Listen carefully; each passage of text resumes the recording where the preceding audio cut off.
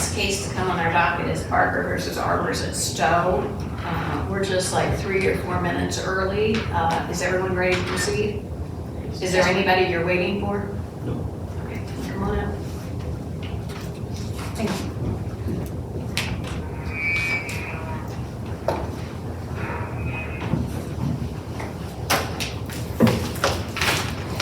As I indicated, this is Barker versus Arbors at Stow. Each side will have 15 minutes to present their arguments. The appellant may reserve up to 5 minutes.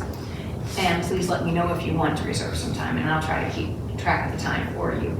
Please do not mention the names of any victims or any children. And I know this is really not relevant, but we like to say it every time so I don't forget or something comes up out of the blue.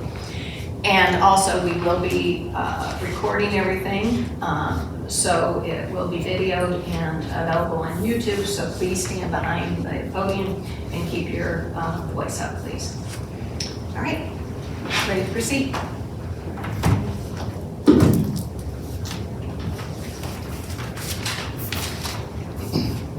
Good morning, may it please the court. I am Michael Vigorito for the appellants Arbors at Stow, Arbors of Ohio and Stow, OPCO LLC.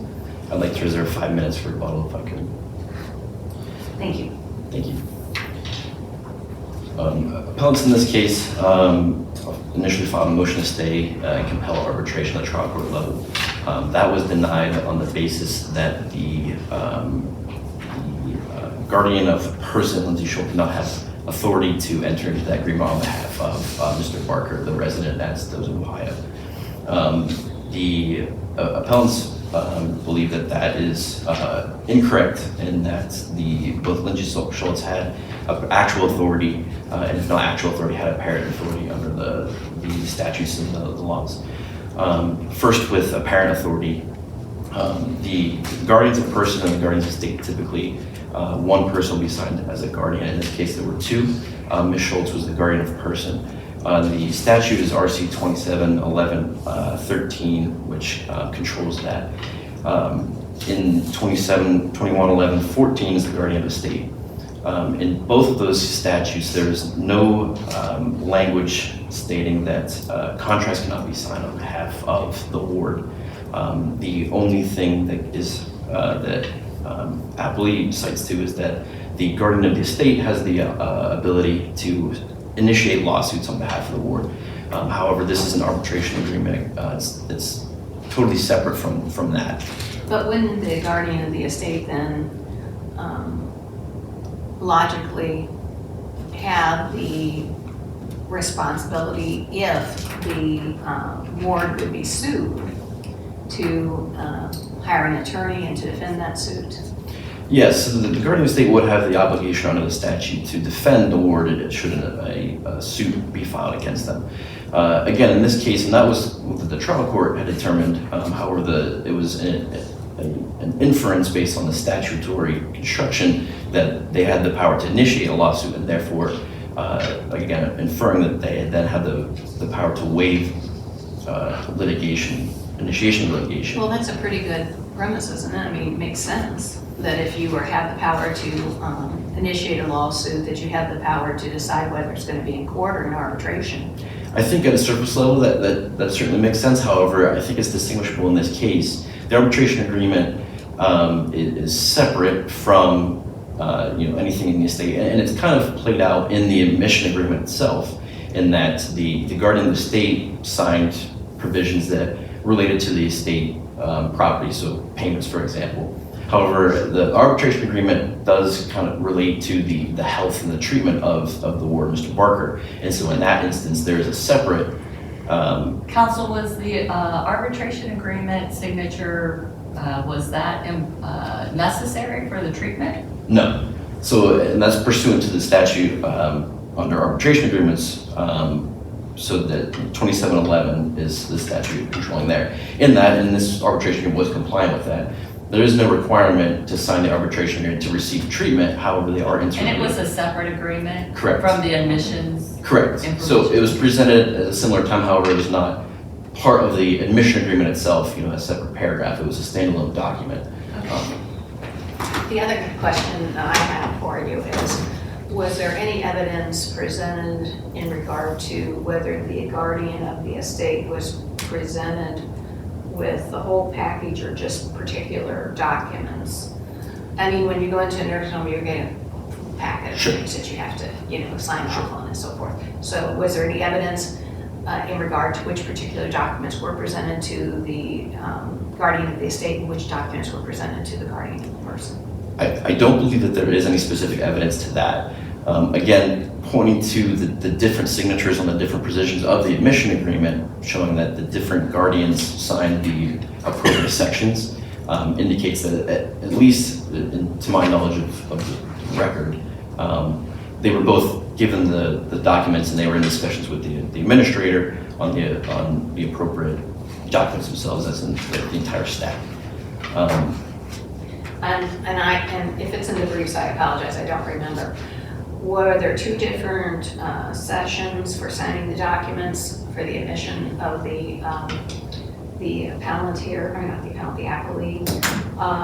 In other words, were both guardians present at the signing of the documents? I'll admit I do not know the answer to that. Okay, that's fine. The agreements were e-signed, and so there is an indication of the time that they were signed, so that would indicate whether or not there was a contemporaneous. So counsel, I have a question about, so here the arbitration agreement was signed in connection with Mr. Barker's admission, right? Yes. To Arbors and stuff. Correct. But the arbitration agreement itself, was that an agreement for the care, maintenance, or protection of Mr. Barker in light of the fact that it was not necessary for him to get the care of the Arbors? No, to your point, it's not specific to the treatment of Mr. Barker.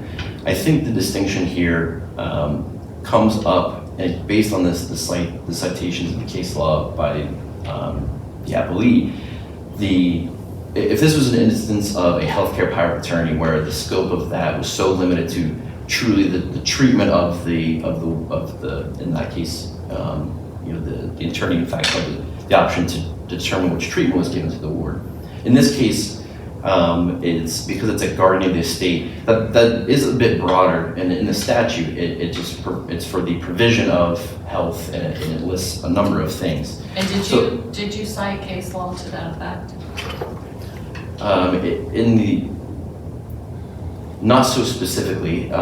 So the case law that primarily that we cite is pertains to the guardians of the estate is the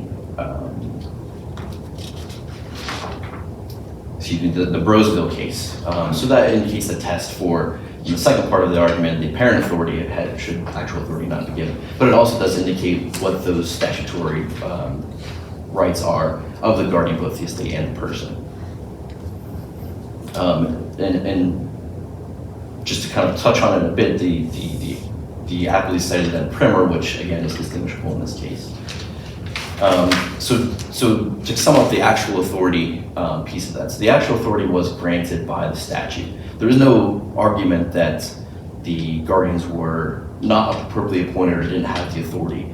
The question is then whether or not is it the actual authority of that. And for argument's sake, had it not been if actual authority is not found, then apparent authority certainly is present in this case. Again, whose burden is it to show apparent authority? So we cited to VOT, which states that the plaintiff has the burden if they're arguing. Okay, so that would be you? I mean, your client? Correct. Arbors, okay. Arbors, no, I'm sorry. So as the defense, the plaintiff would then have to argue that the Arbors of Stow did not have a good faith belief. They would then have to show that the apparent authority does not exist in that case. So to go to the apparent authority, that the Brosville case is the holding case on this. The Ohio Supreme Court noted in Brosville that there are numerous ways to bind another person. If no actual authority and so acts, such party will be bound with the contract. Such party by his words or conduct reasonably interpreted caused the other party to the contract to believe that the one assuming the act as the agent had the necessary authority to make the contract. So in this case, there's the two prongs to it. So whether or not the ward in this case set out that they had authority in this, and that is satisfied again by the statute. There was proper guardianship papers that were submitted by the probate court. There's no, again, argument that they were not appropriate. Is there something in the record that shows that Mr. Barker held Ms. Schultz out as having the authority to execute an arbitration agreement on his behalf? So nothing, there's no language that specifically states, Ms. Schultz can execute arbitration agreements. And that, again, is another distinguishing factor between something similar to a healthcare power of attorney, where it's within the corners of the instrument that grants the power of attorney, as opposed to here, where it's statutory. In the papers that are in the record of the guardianship, it's completely controlled by statute. And again, the statute doesn't have any language it's an inference. There's nothing that says that either guardian can't enter into contracts. So they have to be specific to their duties. However, we argue that because this was part of the admission agreement and was overall related to the healthcare and treatment of Mr. Barker, that is. How was it related to the overall healthcare and treatment of Mr. Barker? So it comes from I guess a reading into the fact that the arbitration agreement, this isn't an arbitration agreement related to some other area. This is specific to the treatment of, insofar as any claim, again, the language of the arbitration agreement, greater than $50,000, including torts related to the care of Mr. Barker. When you say, how do we know that, including torts? Where is that? Because isn't it, you've already indicated that it was not necessary for Mr. Barker's treatment and care, right? Correct. And so that comes to the applicability of the arbitration agreement itself, in that Mr. Barker would not be refused admission to the facility based on the fact of not signing the arbitration agreement. Insofar as it relates to the care, it's a separate document within the admission records, and specifically states in the agreement itself that it's related to negligence, mental malpractice, tort, breach of statutory duty, standard of care. And that's how that we believe relates to the health of Mr. Barker. Thank you. Counsel, you're in your rebuttal time. I was allowing you to answer Judge Sutton's question. Sure, thank you. Thank you.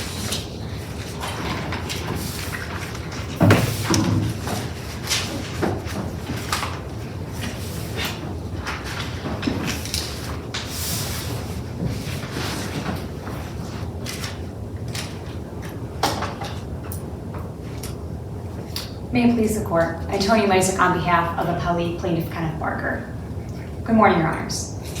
When the probate court in this case deemed that plaintiff Kenneth Barker, an elderly man suffering from dementia, was incompetent to make decisions on his own behalf, it appointed him two different guardians with two distinct statutory authorities to make two different spheres of authorities for him.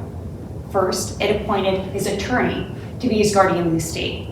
And in that role, his attorney had the statutory power to make all decisions regarding his estate, which included the express authority to bring legal claims on his behalf. Counsel, let me ask you this in regard to the record. Were both guardianship papers, orders presented to the nursing home on admission? Yes, I believe based on the evidence even cited by appellants in their briefing that they had both of those guardianship paperworks available to them, and they were sending the different paperworks to each respective guardian. Do you know from the record if both the guardian of the person and the guardian of the estate were present when the admission papers were signed? I don't believe that's cited anywhere in the record from what I have seen. However, these were e-signatures, so I don't know where they were signed, when they were signed, but I do know the timing of the signatures. And in relation to this case, the guardian of the estate had been signing paperwork regarding liability issues before this arbitration agreement was ever signed by the guardian of the person. So there is evidence here that Arbors and Stow knew that the guardian of the estate existed before this arbitration agreement was signed. Well, I guess my question would be, what is a nursing facility supposed to do in those circumstances? They have to have an attorney present before they allow anybody to be admitted to their facility. So I think in the specific facts of this case, when you know, or the nursing home knows that there's both a guardian of the estate and a guardian of the person, it has to have the arbitration agreement signed by the guardian of the estate. In the same way that if a guardian of the person tried to bring a lawsuit into this court, opposing counsel's first thing would probably be to try to dismiss that case because they wouldn't have actual authority or apparent authority to do so. When you're looking at these types of legal agreements to sign away someone's constitutional rights, they have to be signed by someone with legal authority to do so. And Arbors and Stow knew that the guardian state existed for this express role, but did not have that guardian state sign this type of contract. And counsel, does it matter in respect to Judge Carr's astute question that it was not necessary for this arbitration agreement to be signed in order for Mr. Barker to get care? Yes, Your Honor, and that's a big point that's raised in many of the cases that are cited in appellant's brief, that when you're deciding of whether this is a healthcare decision covered by the guardian of the person or a legal decision governed by the guardian of the estate, the courts look at if the arbitration agreement is conditional on admission to the healthcare facility. And as admitted by appellants in the trial court level, this arbitration agreement here was in no way conditioned on admission to the defendant facility. So therefore, applying the same exact principles as Premier Health in the 4th District, that agreement was a legal decision that had to be signed by the guardian of the state, not a healthcare decision that could be signed by the guardian of the person. I guess I have 2 follow-up questions to that. If the arbitration agreement was just included in the admission paperwork and not as a separate document, what would your response be in regard to who should sign it? So my response would probably first be if it was included not separately, that would be an unconscionable arbitration agreement that doesn't comport with the Ohio Revised Code, so we'd be up on appeal on a whole different issue. But, so I think that would, from the outset, that would just be an unenforceable arbitration agreement if it was not provided separately and it was not. Okay, and what is the case law or statute that says it has to be separate? Yes, the statute. Because I've had several cases in regard to all this. The statute on that is Ohio Revised Code 2711.23, and that states that explicitly the agreement has to be provided separate from any other agreement, consent, or documentation for the healthcare. And in addition to that, the statute states the arbitration agreement has to provide that the care, diagnosis, or treatment will be provided whether or not the patient signs the agreement to arbitrate. So in a healthcare situation, that's what's required. For an arbitration agreement. That's what I'm saying. So yes, for an arbitration agreement to be a valid arbitration agreement under the statute, it has to comply, which is why at the lower court level, appellants admitted that it explicitly complied with these requirements. But in admitting that, they also are therefore admitting under the case law that this is a separate legal document, not a healthcare decision. Thank you. And then looking, so I think that covers the kind of the actual authority arguments here, that there's 2 statutes granting 2 different statutory authorities, and it's the guardian of the estate that has the authority to bring legal claims and therefore would fall under that idea, the ability to waive someone's constitutional right to a jury trial. But next, turning to the apparent authority argument, I just wanted to refute one point from the outset there, and that is that the burden of showing that apparent authority exists lies with the party asserting that the agency, or wants to assert that there is an agency relationship. So it was on the defendant nursing home to provide evidence or facts in the record to show that apparent authority existed. I know that opposing counsel cited to a 1st District case in Galt, but there is case law from the 5th District from 2016 in Simmons and from the 8th District in Scott that holds that's a person who is asserting that there is apparent authority that has a burden to prove it. So I just want to correct that point from the outset. But looking into the different categories of apparent authority, there's 2 prongs there that appellant had the burden to prove. First, they had to show that Plaintiff Barker, through his acts or words, held out his daughter as having the authority to sign this type of arbitration agreement. And secondly, that they would have to prove as a third party, they had a good faith, reasonable belief to actually believe that she had that authority. Looking at that first prong, they failed for 2 reasons. First, in the record, they don't cite to any evidence that showed that Plaintiff Barker held out his daughter in this way. They don't cite to any evidence that she was present when the arbitration agreement was, or that when he was present when the arbitration agreement was signed, that he was in the room when it was signed, that he had ever read the agreement, or that he even knew there was an agreement. And like the 4th District and Premier held, when none of that evidence is cited, there can be no apparent authority.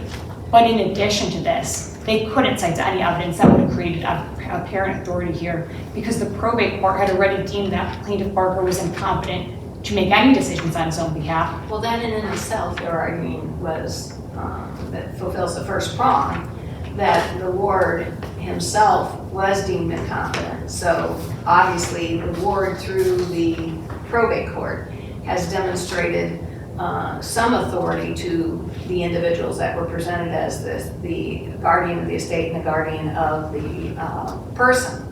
So you can't expect an incompetent person to come in and say, this is my agent, he's acting for me.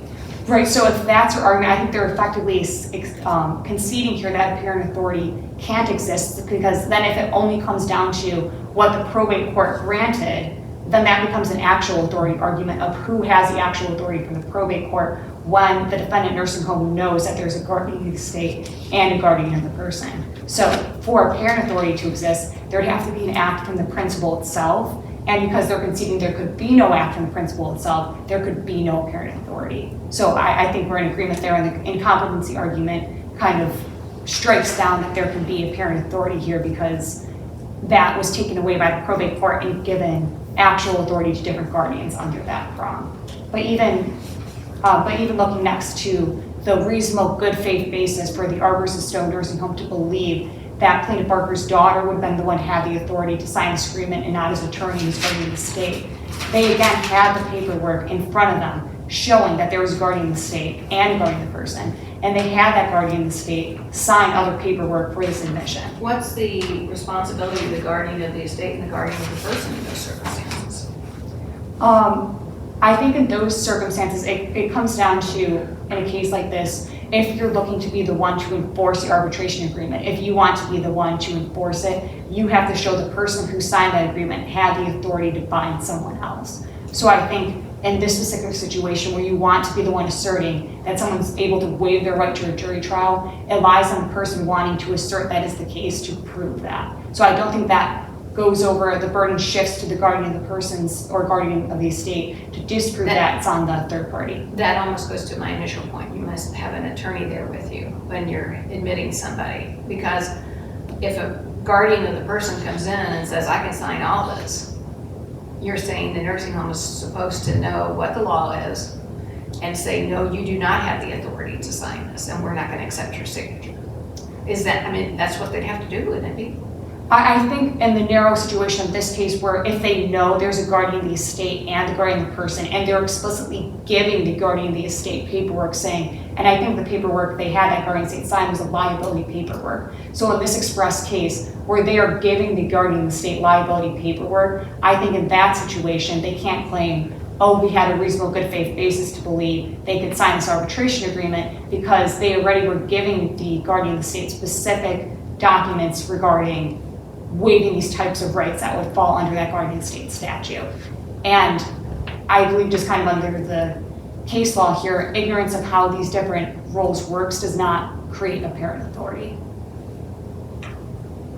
And before I conclude, Your Honors, is there any other questions that I haven't yet answered?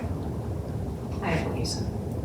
So just in conclusion, looking at the black and white principles of actual authority and apparent authority, plaintiff Barker's guardian of the person did not have either to sign this arbitration agreement, and the trial court acted within its reasonable and sound discretion in denying the defendant's motion to stay the case and compel arbitration. And we just ask that this court affirm that reasonable and conscionable decision. Thank you.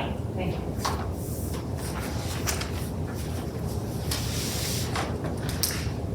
You have 3 minutes and 56 seconds, so almost 4 minutes. Thank you.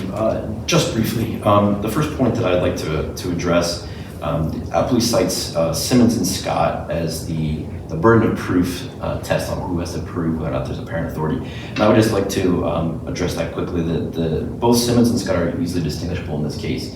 In both of those cases, the question was whether or not the legal representative that signed the arbitration agreement had, again, the apparent the actual or apparent authority. In neither of those cases were they guardians. They were, in I believe Simmons, it was, again, the daughter, however, signed for the resident on the resident line, not under legal representative. And there was no indication that they had any authority to do so. It was kind of just, as the daughter of the resident. And again, in the second prong, to speak to that, in Simmons, the court there held that there was no good faith belief on the part of the facility to believe that they had apparent authority because there was no papers indicating that. The same thing is true with Scott. It's a very similar fact pattern between these two cases as far as it was not a guardian or power of attorney executing these arbitration agreements. It was a family member of the resident, and then in both those cases, the facility did not have a good faith belief. They did not find that they had a good faith belief that they had the authority to execute the arbitration agreements. Let me ask you, what is your response to opposing counsel's proposition that there could be no apparent authority because he was incompetent, so he couldn't hold somebody out as his agent? The probate court gives the actual authority, and there was no holding out by probate court. It's very clear what the actual authority of each particular agent is. Yeah, so to that point, that was my next point, so thank you for bringing that up. The probate court issued the papers, and then again, there's no indication that was misproperly assigned to the guardians. The piece that the appellees is holding on to, again, is that the guardian of the person statute, 2111.13, does not give that guardian the power to execute arbitration agreements. To expand on that, neither does the statutory provision for the guardian of the estate. There's nothing in either one that states that one guardian or the other can sign arbitration agreements. Again, it's an inference based on the statutory language of .14 stating that the guardian of the estate can initiate a lawsuit, and then so by inference so that they can then sign the arbitration agreement to waive a jury trial. The trial court, that's what the trial court held. Again, we feel that that's inappropriate. And the trial court didn't cite to any specific case law that stated that. Again, it was the trial court's inference based on the statutory language there. And so following on to that, again, if this was an argument based on a power of attorney, a healthcare power of attorney signing an arbitration agreement, again, that is too far removed, I believe, to be a true healthcare decision, but taken in the context of the entire arbitration agreement, taken as a whole, this is healthcare treatment for Mr. Barker being admitted to this facility for the care for his dementia. Again, Counsel, I need to ask a couple of questions, so for clarification. So, if the probate court is the source of the actual authority, right? Tell me again why it's appropriate then for the healthcare guardian or that person, the guardian of the person, where you have an admittance that is not dependent on the signing of the arbitration agreement. Why is that? Why is it appropriate for that individual to be the person under the statute, under the law? Sure. So the probate court issuing the guardianship papers, in the orders that are included in the record, there's no directives. It just states follow the statutory requirements under 2111. The reason that we feel that becomes the purview of the guardian of the person is because they have the authority to provide for the health and the well-being. The admission agreement, while the arbitration agreement is a separate document, that's pursuant to the statute on arbitration agreements. So because taking that as a whole, the arbitration agreement and the admission agreement is part of that treatment for Mr. Barker being admitted. How is it part of the treatment? Because the arbitration agreement is specific to his treatment and care at the facility. Again, so the power of attorney, had that been part of it, is very limited into that instrument that grants the power of attorney. In this case, it's statutory, it's very broad, and it's evidenced also, again, by the fact that there are multiple different instruments in that admission agreement that were signed by both guardians. Okay, and I have, I know you're over time, but I just want to ask one more question if Judge Cars will indulge me. So the Arbors were aware that there were two different guardians, correct? Correct. At the time of the admission. Okay, that's all I need to know. Thank you. Okay, well, you are out of time then. Thank you. Thank you. The court will take the matter under advisement, and we will issue a written opinion that will be sent to both sides, and also we release it electronically at the Ohio Supreme Court, so you can watch for it there. So thank you again, and I hope you try to enjoy the rest of your day.